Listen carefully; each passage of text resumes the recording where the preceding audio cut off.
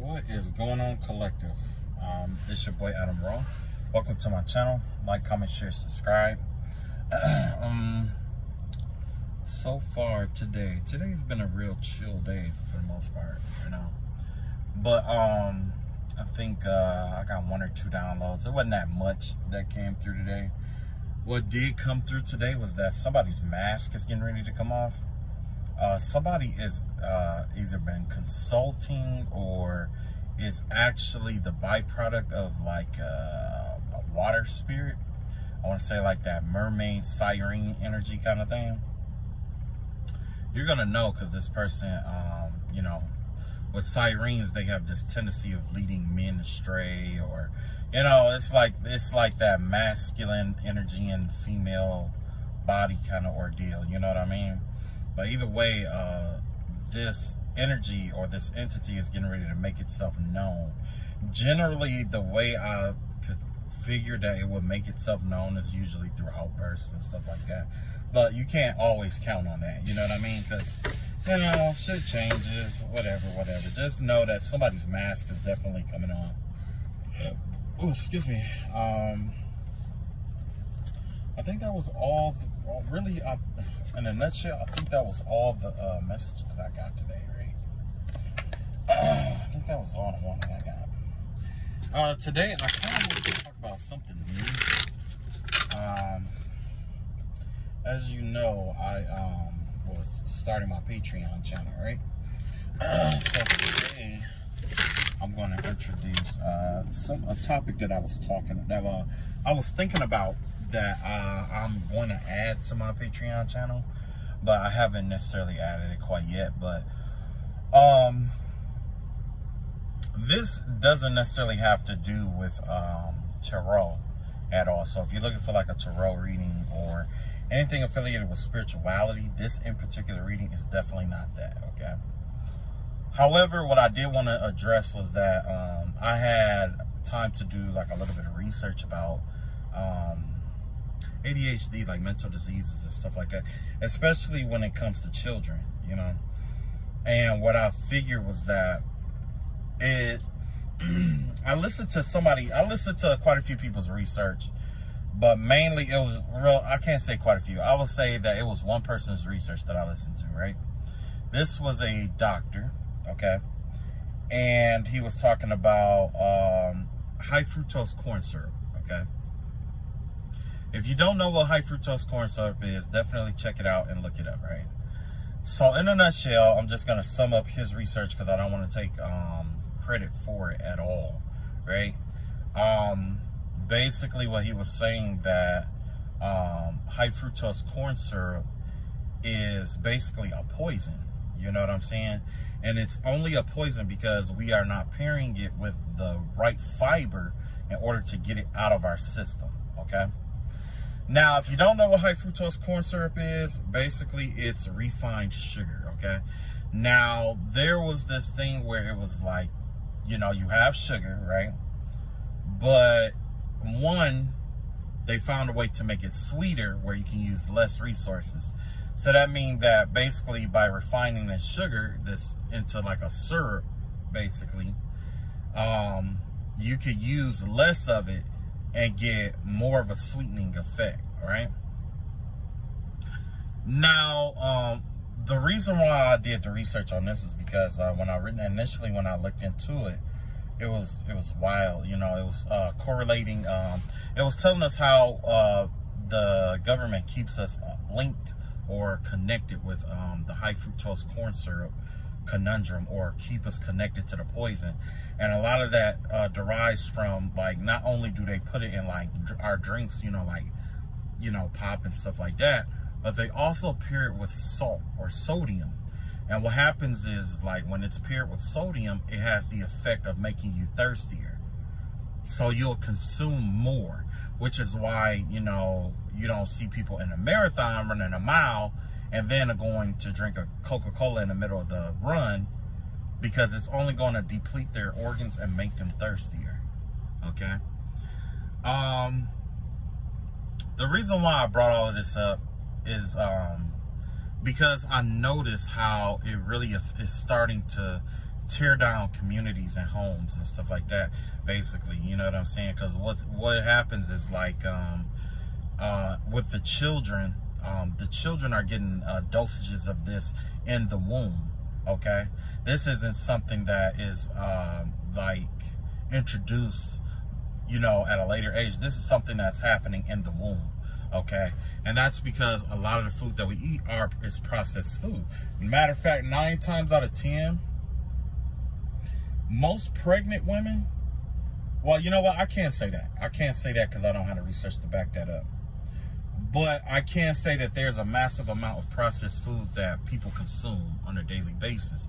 And if that person happens to be a pregnant person or a pregnant woman, then they are introducing the child to that high fructose corn syrup. A lot of women are wondering why, like, their children get all happy and, like, kick around and stuff at odd and weird times of the night. Sometimes it's because the high fructose corn syrup is just now hitting that child's metabolism. You know what I mean? And the weird thing about that is that high fructose corn syrup destroys communities, basically. And with the child, starting with the child, it's like even after the child exits the womb, you can still find high fructose corn syrup or high sucrose, or I want to say it's high fructose or high sucrose corn syrup in, like, Enfamil or baby formula. You know what I'm saying? And you're feeding that to the child. Now, when you do that, it causes a lot of synapses to fire in the mind, and basically, it's like the body cannot. It's really difficult for the body to metabolize this high fructose corn syrup out, right? You know, and I do believe that this is what contributes to a lot of the mental disorders that our society has seen, is that it's introducing this this sugar to a child's mind in the womb, okay? I don't have all the research to back it up, but this is definitely something I've been working on. And basically what happens is, like, essentially this is what leads to, like, ADHD, I want to say, like, ADHD, ADD, bipolar disorder, you know, depression, anxiety, you know, just a variety of different mental disorders, especially ones affiliated with a child being able to pay attention. The child is easily distracted, can't sit still. I'm assuming, you know, and I'm still working on the research behind it, but I am saying that it does alter that child's thought process in a major ways. Now, if they're born with that, and I think that this is the reason why we are seeing a surge of a society in which everyone is on pills, including the children.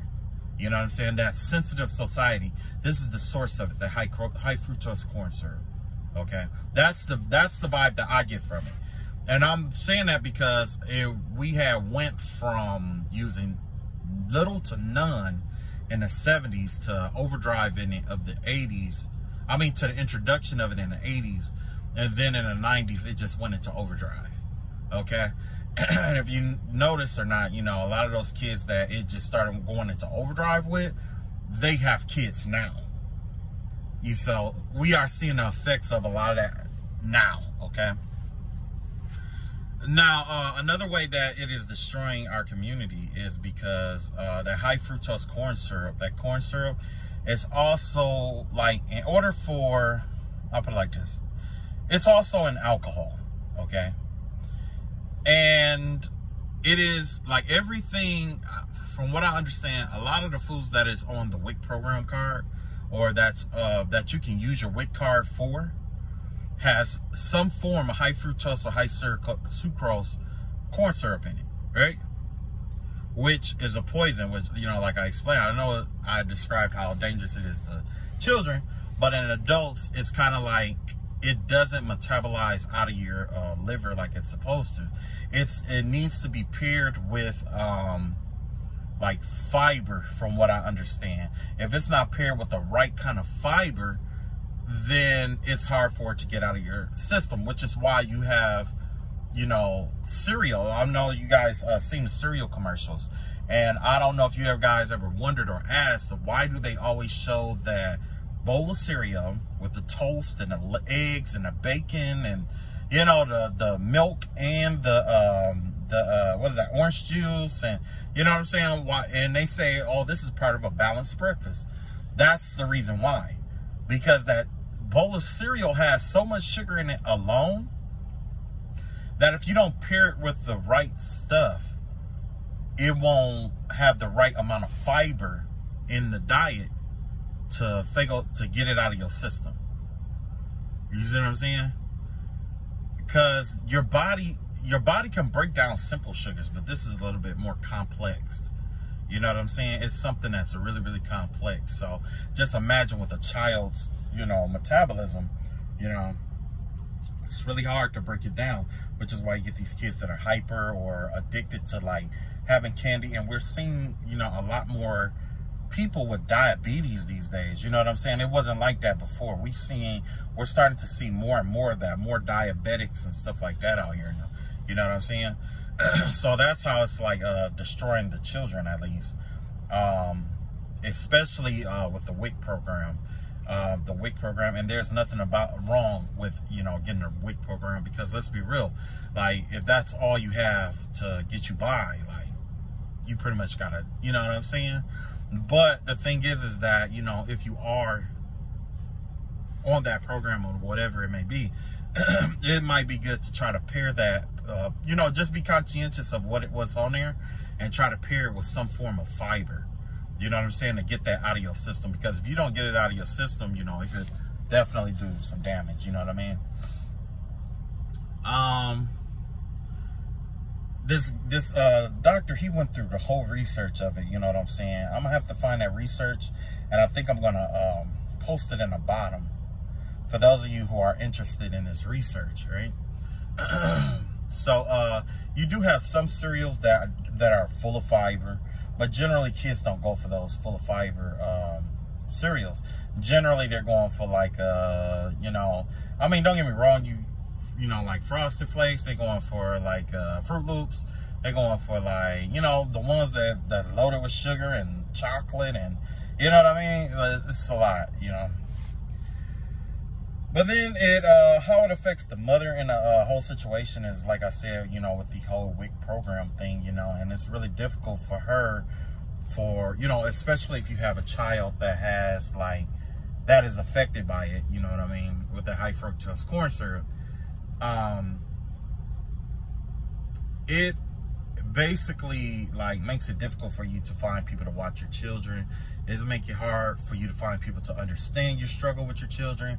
It makes it hard for you to find people that relate to you, because you have this child with ADHD or autism or something like that from, you know, consuming this high fructose corn syrup. You know, essentially that's what it is. Because it's not always genetic. I mean, you know, if you pay attention, I'll put it like this. The way I see it, the rate at which we are introducing more and more people into this world with autism, ADHD, basically attention deficit mental issues is way too high. It's way too high compared to what it was like in the 70s and the 80s, right? It's just way too high. And now we're in this culture where everybody is on pills for something, like in order to get by. Some people, and I think it was, honestly, I can't say that it wasn't engineered, because you have so many people just on pills for every single thing, like everything. People are anxious, people are depressed, people don't know what to do, they're panicking. It's a lot. Everybody is all over the place. And almost as if they have some kind of mild form of ADHD. You know what I mean? And I'm not saying every single person, but I'm just saying that there's a massive amount of people who are affected by this, you know, high fructose corn syrup thing, okay? So with that being said, you know, it's really difficult for daycare and stuff like that. And it's, you know, especially mothers, a lot of them are just stressed out. A lot of them never had to go through something like this ever. You know, it's never been this bad on this massive level. You know, and some are even resorting to medication just to keep those kids in with the normal children. You know what I'm saying? Or some kind of way of, quote unquote, dumbing them down or slowing them down so that they'll fit in with the other children. And that way it'll make things easier for them. You know what I mean? Now with the fathers are definitely get the shit in a stick, because in order to get WIC, what happens, you can't be in the household, right? So you're not in the household. Little Johnny is running wild. The wife is all stressed out. You technically can't be there, but they'll take your money for child support. They'll take your real, tangible, tender money and convert it to this this aid, and force feed or force you to take high fructose corn syrup instead of just giving the mother the money, right? Instead of, you know, like food stamp cards and all that, or WIC cards or whatever, instead of just giving them the money to get, you know, tangible groceries, they have to give her these benefits, in which certain groceries are on the list that they can have. You see what I'm saying? So basically it's wild, because the father is being charged to poison his own family. It's kind of like, if you're not going to be in the family with them, then you're going to poison them to death. You see what I'm saying? And if you don't poison them to death, we're going to poison them to death, and we're going to charge you for poisoning them to death. You see what I'm saying? And if you don't pay for them to be poisoned to death, then guess what? We're going to arrest you. We're going to send you to prison or whatever, or for child support. And we're still going to poison them to death. That's the way I see it. You know what I'm saying? And it's rough, but that's the way I see it, you know? And it's crazy because, like, the father, you know, some of them do love their children. Some of them even love the woman that they had the children with. You know, they still love them, you know? It's just that in order for them to get the aid and support, sometimes he can't be there, right? He can't, you know, because she needs somewhere to stay. She can't stay with her mom, blah, blah, blah, blah, blah, blah. It's all kind of aid that they offer, right? And then guess what? He starts drinking. I'm not saying every one of them turn into alcoholic, but I am saying there are a lot of adults that drink alcohol. And guess what's in that? High fructose corn syrup. In some cases, it's high fructose corn syrup. That high fructose corn syrup is poisoning a lot of people. That's where the cirrhosis of the liver and stuff like that comes from, because that sugar just don't fucking break down. It just doesn't break down, you know? So, you know, that's the research that I've been doing. And, you know, I'm looking for a way to introduce some kind of fiber or something, or vitamins. I hadn't even decided exactly which route to go with the information that I did accumulate, because I can't say it's all research. I just, you know, pretty much listen to, you know, someone else's research on it. You know what I mean? And I'm not going to take credit for what they've done. It's just that I just wanted to add the point that, you know, this one little thing has this rippling effect in which it is destroying an entire community. And it doesn't really matter what color you are, because these days there are white families, Latin families, there are Hispanic families, there are black families, green families, orange families, Eskimo families. You know, it's a variety of different families, right, that are getting this aid in order basically to be poisoned, you know. So just be careful, you know. Honestly, I did this video, you know, just kind of bring awareness to it, about that high fructose corn syrup stuff. I first heard about it on the Boondocks, actually. I don't know if you guys ever saw the Boondocks or whatever, but there was this episode where who was that? Huey brought up high fructose corn syrup, and some about it being like a genocide or something like that. And I truly believe that. I do believe that it is a form of genocide, because the thing is that, you know, it gets people, everything that high fructose corn syrup is in, it is causing people to basically not necessarily lose their minds, but enter into an altered state of mentality. Because if you think about it, how many people have been arrested because of alcohol? And the same shit that's in alcohol, how is it not hard to believe that it's the same reason why children can't pay attention? Because if you pay attention to it, you know, an alcoholic, it's really hard to keep an alcoholic's attention. You know what I'm saying? And the same shit that's in alcohol is in the cereal. So what if this is just a mild form of alcoholism that is being introduced to our children? You know what I'm saying? What if it's like this mild form in which it's like they're poisoning them slowly, or getting them introduced to, you know, that slowly. You know what I mean? Because it's like, I don't know. Honestly, I can't wait for the research to come out where, actually, you know, I want to see if there's research that comes out that proves that this kills brain cells. You know what I'm saying? Because I'm not saying it's making people stupid. I am saying that it has some mind-altering effect. Whether it's been refined, fermented, or not, it still has some kind of mind-altering effect, you know? So, I think that's about all. But yeah, technically, you know, that's like the channel that I was gonna make, that I've made on my Patreon. It talk about subjects like this. You know what I'm saying? At least it's gonna talk about subjects like this, but also it's gonna turn around and talk about subjects like your Saturn return, Uranus return, Chiron return, you know what I mean? You know what I'm saying? Stuff like that. Because let's say when you are about 28 and a half years old, 28, 29, that's when your Saturn placement returns to where it was when you were born. And because of that, you are introduced to a lesson, right? There's a lesson that you're supposed to learn in this life cycle that happens at that time. If you don't learn that lesson, like, you're gonna go through some stuff to teach you that lesson.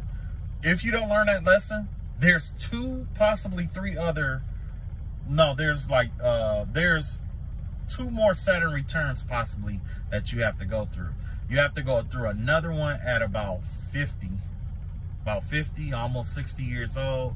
And then you go through it again around 80, 90 years old, something like that, right? It's kind of one of those things that's almost like every 30 years or so, you got to go through this Saturn return.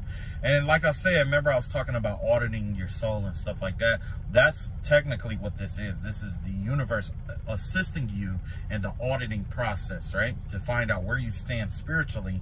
So when you do get judged, you'll know where you're heading and why you're going there, okay? Or why you have to repeat certain lessons in your life. Now, then there's the Uranus, the one with Uranus, right? The Uranus return. Generally, that happens around somewhere in the 30s, right? And what that does is it's almost like a midlife crisis, right? It's like that shock. It's like there's some transformation or change that occurs in you, and you just start thinking about your life or reviewing your life in some way, shape, or form, because either you applied the lesson that you learned, or it's like, wow, after all of the shit that I've been through, how the fuck did I get here? That's that midlife crisis energy, right? That's why we go through it about 30 to 50, somewhere up in there, you know? And then on top of that, we have that looking for our purpose lesson that we go through with Chiron. Chiron is like, okay, you were sent here to do this, or to learn this lesson. Did you learn this lesson for your soul? Because we go through, the way I see it, we go through lessons in which we go through personal lessons, interpersonal lessons, and transpersonal lessons, okay? Personal lessons has to do with what your natal chart is, right? Your personality, right? Interpersonal returns generally have to do with you and the way you deal with other people on a daily basis. That would be like your Saturn return, okay? And then Uranus will have to do with transpersonal because it affects everybody around. Like it could possibly affect the whole world because of how long, like it could affect the entire generation basically because of how long Uranus cycle is. Uranus has a long-standing cycle. You see what I'm saying? So it affects more, you know. So, and then you have to go through it all over again. So it's basically like in one lifetime, it's going to be Saturn return, Uranus return, Chiron return, Uranus return. Saturn return, Uranus return, Chiron return, Saturn return, Uranus return, Saturn return. So there's 1 Chiron return, 2 Uranus returns, and 3. Oh, you know what? I could pull cards on that. Wow. Huh. Imagine that. Only because there's a monad, a dyad, and there's a monad, a dyad, and a triad. Almost like the tetracyte, but there's still the concept of that tetra that's missing, but I still can make that work. So let's see here. This is your monad. This is going to be your Chiron, right? These two here are going to be your Saturn energies, Saturn returns, because generally we do 2. There's a possibility for us to do 3. No, Uranus returns. Yeah, Uranus returns. And then we have the 3 Saturn returns down here. Wow. Okay. So let's see what this is about. Let's see if I can pull cards on that. Yeah. So someone's Chiron return is going to be about money, equal give and take. It's going to be about equal give and take. If you are going through a Chiron return right now, it's about equal give and take, how you balance things out. Not just overly giving, but it has to do with some form of charity work, giving and taking and receiving and things of that nature. Because essentially you're learning that I give to myself and I receive from myself, basically, is the energy here. So when you are out here and you see people out here, the way you treat people, basically everyone is a reflecting mirror of yourself. You're not, it's like you're in a reality totally on its own, okay? In which everybody is an aspect of you. And there's this abstract concept that the 72 names of God are just different attributes of himself, okay? There's 72 characteristics of God that we call upon. Like when we are in trouble, we call upon the protective aspect of God, or the warring aspect of God, or the merciful aspect of God. But he has a left and a right hand, okay? He has a light and a dark aspect. You know what I'm saying? So with those 72 names, you know what I'm saying? Yeah, you got light and dark. But that's what you're being learned. That's what somebody's Chiron is about. Balancing the light and the darker aspects of themselves. Giving and taking. Because essentially, if you're always giving, you're not allowing other people to have their karma by receiving. And if you're always taking from people, you're not allowing others to experience good karma by giving to them. So it's about balance here when it comes to some kind of Chiron. Now, the Uranus returns here is going to be about bold action and judgment and being judged, okay? So it's one thing to be able to judge someone, and it's another thing to be subjected to judgment, right? Because everybody wants to be the judge, but everybody wants to be the judge, but nobody wants to be the plaintiff or the co-defendant or whatever, right? And it's also about taking bold action too. So somebody's Uranus return, the first one is going to be about, let's see, the first Uranus return is going to be about bold action, taking action. seeing what you want and taking bold action on here. And then the second Uranus return is all about the consequences of that prior Uranus return that you went through. So that everything in that first Uranus return, everything that you do in this first Uranus return, you're going to have consequences, but it's really going to hit you in that second Uranus return. That's crazy. And then that first Saturn return here, somebody was engaged in spiritual or learning how to be the magician, learning how to manifest, learning how to use their take things around them and turn it into what they need it to be. Okay. And for some, yeah, it was magic, but for others, it was more about like, say if you were at a job and they were like, okay, we need you to make this part, but we're low on these parts. And you're like, okay, well, you may be low on those parts, but I know that if I take A and B, I can make this part over here. So basically, this is what I'll do. I'll build up a whole bunch of take a bunch of these A and B parts and piece them together to make the part that I need in order to make these other, get this job back rolling. You see what I'm saying? It's almost like you're piecing things together in a sense. It's almost like you're taking raw materials and you're refining it into what you need it to be. And basically is the energy here for that first Saturn return, right? But also, like, and this has no subject. This is just all demonstration. You see what I'm saying? This doesn't have to do with anybody's specific returns or anything like that. Because I didn't call out or pull on them. But ideally, that's what this will be. And this magician energy, I want to say that's Mercury. Let me see what energy is that with.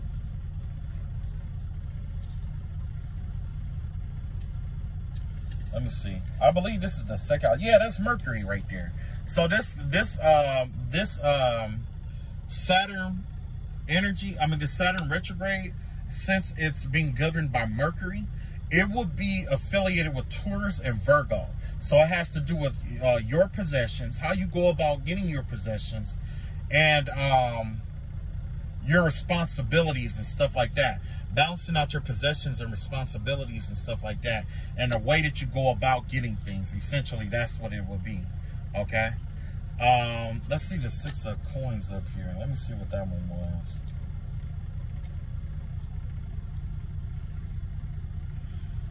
Okay, yeah, this 6 of Pentacles here, it doesn't give me, it just say masculine energy. So it just said it's a masculine energy or whatever. So we're just gonna leave it like that. This Ace of Wands out here, let me see what that one was.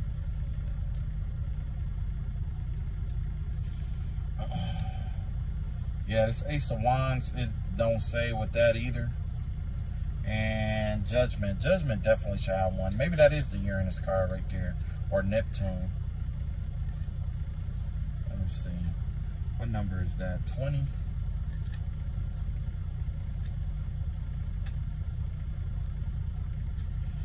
Okay, that has to do with Pluto, right? So basically, right here, this right here has to do with taking transformative action, and it has to do with spiritual transformative action. Spiritual transformations here. Okay, because Pluto is affiliated with transformations, and you being judged like if this was to come up in the Uranus, what's the name? Like in a Uranus return or whatever, then it will represent Pluto and Uranus and how they intertwine. And basically, when you have that energy like that judgment of Pluto, which is essentially like a death card or the end of something or a final decision about something, right? And you have that Uranus, which is like change and shock like that. It's basically like saying that the change that comes is going to be imminent. Like there's nothing you can do about this change. Like whatever transformations that you were supposed to go through, you're going to go through them. It's going to force you to go through this door in some way, shape, or form. But also, it's kind of like with this Pluto or Scorpio energy here, it gives me the vibe of like you going through multiple like transformations at one time. Like it's kind of like, I ain't gonna say it's like gonna drive you through all of it, but it's kind of like maybe it's an accumulation of all the experiences that you had and the things that you transformed from. Okay, I guess that's the best way to put it here, because you got this Ace of Wands out here, and with this Ace of Wands out here, this has to do mostly with action. It has to do with like the spiritual realm in a bit. It has to do with like being able to take bold action, or the bold action that you take, you know, for your transformation. But that's why I got the vibe of like bold transformations, like major transformations happening at once. You know what I'm saying? And then let's see here, we got, yeah, the Magician is Mercury. That would be so the first retrograde will be about finances, money, possessions, love life, you know, stuff like that. That communication, and well, not necessarily communication, but it definitely has to do with possessions and stuff like that. And with Virgo, when it's paired with Virgo, it has to do with responsibilities, your diet. Wait, is that right with Virgo? I don't think that's Virgo. I think that's Capricorn that I'm thinking about. Because Virgo, let me see, possessions, and then I go back around the, what's the name? Yeah, across from, I want to say, oh, you know what? Gemini is also affiliated with Mercury, I think. I think it's like Taurus, Gemini, and Virgo. I want to say it's Taurus, Gemini, and Virgo. So it's all about possessions, communication, and yeah, communication, and maybe like introspection or something like that. About, you know, because a lot of times with Virgo energy, you're receding into yourself. You're doing self-inspection. You're auditing your own soul, basically, is what's going on here. Yeah. Let's see, Aries, Libra is other. Yeah, it's other people's money. So it's your money and other people's money. So it's all about possessions. Your money, other people's money, sex, you know what I'm saying? Shit like that. I keep forgetting that they right across from each other. It's like Virgo and Taurus are opposites in a sense. Are they? No, they can't be opposites. No, Scorpio and Taurus is opposites. Yeah, Scorpio and Taurus is opposites. And then, yeah. And then Libra and Aries, opposite. Yeah, so, yeah, that's right. Anyway, you also have this, this Page of Swords here. That'd be like the second, ideally that'd be the second one. This one here is going to be Sustainer here. This is going to be this one is going to be a return that has the largest effect. And it's about how you, the ideas that you have, and I guess refining your ideas, because one aspect is making ideas and stuff like that, making it work, and the other one is coming up with good ideas on how to make it work. You know what I'm saying? And then that last Saturn return here is all about you know, blending it all together into one beautiful picture, basically, to make it look good. Okay, you put the end to making. You're basically going to bring an end to things looking good and them operating good. Because sometimes just because something looks good doesn't mean that it's going to work or that it operates well. You know what I'm saying? So, yeah, it's weird. But, yeah, this basically is what I chose to make my Patreon about. It's, you know, abstract concepts and stuff like that, you know. I did do my 12th house card reading or whatever, where I combine my tarot cards with, you know, astrology and stuff like that. I think I'm going to do a few more readings of that, maybe in the future or whatever. Yeah, I think I'm going to do a few more readings like that. And I think that, I don't know, I just got to, I gotta go through my books and stuff like that and get all my other stuff together or whatever. But I'm still building up videos and stuff like that. So once I get all my big videos built up, I'm gonna post my Patreon. But it's a lot of abstract concepts that I pieced together over the years, especially when I was going through like the spiritual warfare. It was a lot of stuff that I went through spiritual warfare wise that I was gonna share, especially like stuff that usually escape people's eyes, and not just the spiritual warfare, but little abstract concepts that I found made sense to me.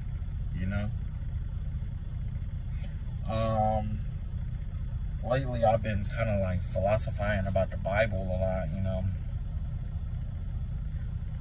I guess the last concept that I had from today was, I was listening to the story about Adam and Eve, and it was like you had the first wife, which was Lilith, who basically said that she didn't want to, be second to anybody, and then that's when God created Adam and then created Eve. And I think Adam and Eve was the first concept of the twin flame conundrum. I think that's where the twin flame originated from, was from Adam and Eve, in which there's a single soul inhabiting two people, and through that you're able to reflect energy and magic and stuff like that off of each other, which gives you a very strong and potent power, if you know how to use it right. You know what I mean? I can go into I don't know about going into detail too much about that, but I might go into detail about that on my Patreon or whatever. But yeah, I love you guys. Thanks for coming to check me out. Like I said, this really wasn't a tarot card reading one. I just wanted to post a few things or whatever and get this straightened out. All right, love y'all all. Take it easy and peace.